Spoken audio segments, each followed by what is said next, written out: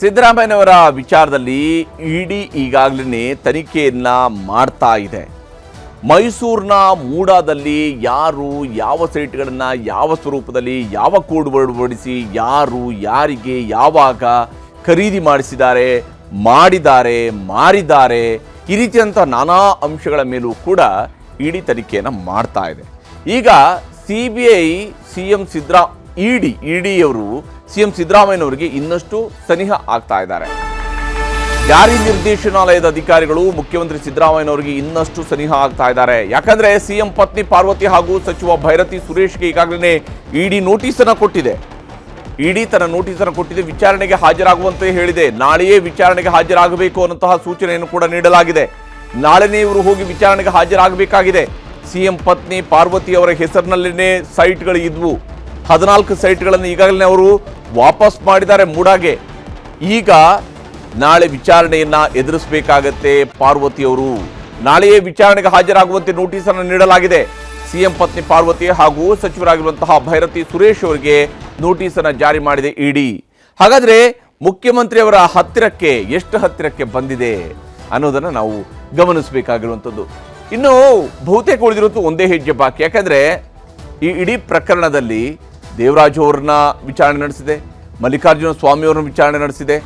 ಈ ಪ್ರಕರಣದ A1, A2, A3, A4 ಅಂತ ಹೇಳಿದರೆ ದೇವರಾಜ್, ಮಲ್ಲಿಕಾರ್ಜುನ ಸ್ವಾಮಿ, ಈಗ A2 ಆಗಿರುವಂತಹ ಪಾರ್ವತಿ ಅವರನ್ನು ಕೂಡ ವಿಚಾರಣೆಗೆ ಕರೆದಿದ್ದಾರೆ.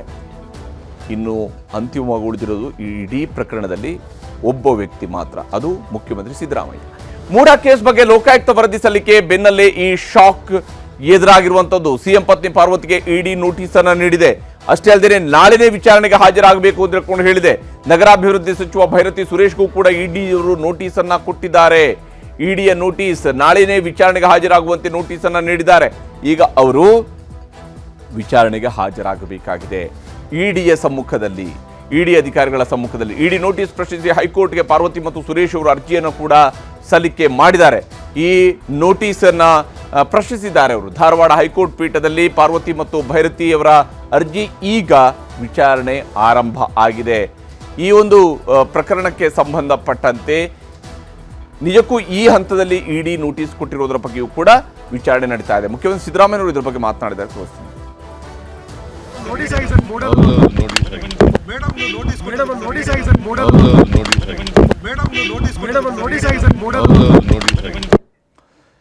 ಎಸ್, ಈಗ ಇಡಿ ನೋಟಿಸ್ ಕೊಟ್ಟಿರುವಂತಹ ಹಿನ್ನೆಲೆಯಲ್ಲಿ ಈಗ ಹೈಕೋರ್ಟ್ನಲ್ಲಿ ಇದನ್ನ ಪ್ರಶ್ನಿಸ್ತಾ ಇದ್ದಾರೆ.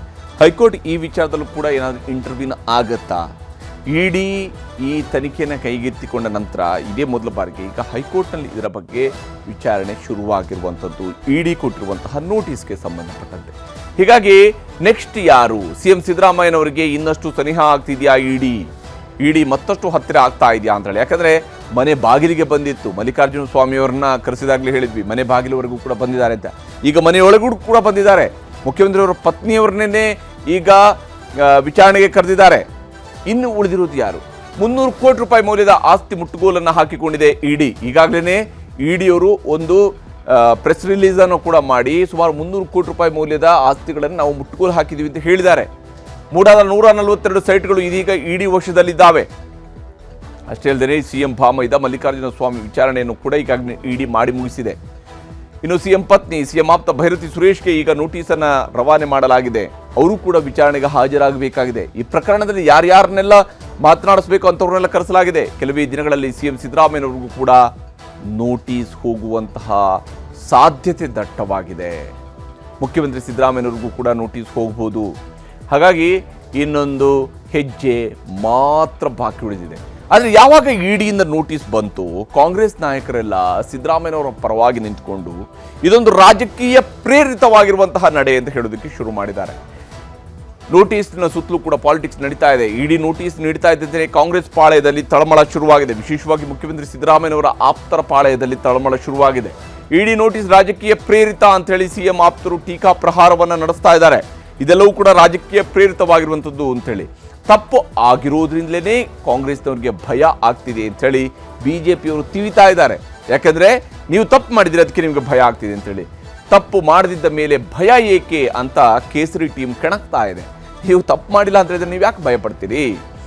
ನೋಟಿಸ್ ವಿಚಾರವಾಗಿ ಈಗ ಕಾಂಗ್ರೆಸ್ ಹಾಗೂ ಬಿಜೆಪಿಯ ನಡುವೆ ರಾಜಕೀಯ ಕಚ್ಚಾಟವೂ ಕೂಡ ಶುರುವಾಗಿದೆ. ಈ ನೋಟಿಸ್ಗೆ ಸಂಬಂಧಪಟ್ಟಂತೆ ಉಭಯ ಪಕ್ಷಗಳ ನಾಯಕರುಗಳು ಕೂಡ ಈಗ ಮಾತನಾಡೋದಕ್ಕೆ ಶುರು ಮಾಡಿದ್ದಾರೆ. ಈ ವಿಚಾರದಲ್ಲಿ ಡಿ ಕೆ ಶಿವಕುಮಾರ್ ಹಾಗೂ ವಿಜೇಂದ್ರ ಏನು ಹೇಳಿದ್ದಾರೆ ಅನ್ನೋದು ನಿಮಗೆ ತೋರಿಸ್ತೀನಿ. ಪ್ರೇರಿತ ನನ್ನ ಪ್ರಕಾರ ನನ್ನ ಕೇಸು ಇದೇ ರೀತಿ ನಡೀತು. 2 institutions can't do at the same time. ಈಗಾಗಲೇ ಲೋಕಾಯುಕ್ತಲ್ಲಿ ತನಿಖೆ ನಡೀತಾ ಇದೆ. ಲೋಕಾಯುಕ್ತ ತನಿಖೆ ನಡೀತಾ ಇರ್ಬೇಕಾದ್ರೆ ಬೇರೆ ಸಂಸ್ಥೆಯವರು ಮಾಡಕ್ ಬರುವುದಿಲ್ಲ ಅನ್ನೋದು ಅನೇಕ ಜಡ್ಜ್ಮೆಂಟ್ಸ್ ಕೂಡ ಇದೆ. ಸೊ ಅದೇನಂತ ನನಗೆ ಮಾಹಿತಿ ತಿಳ್ಕೊಂಡು ಮಿಕ್ಕಿದ ವಿಚಾರ ಮಾತಾಡ್ತೀನಿ.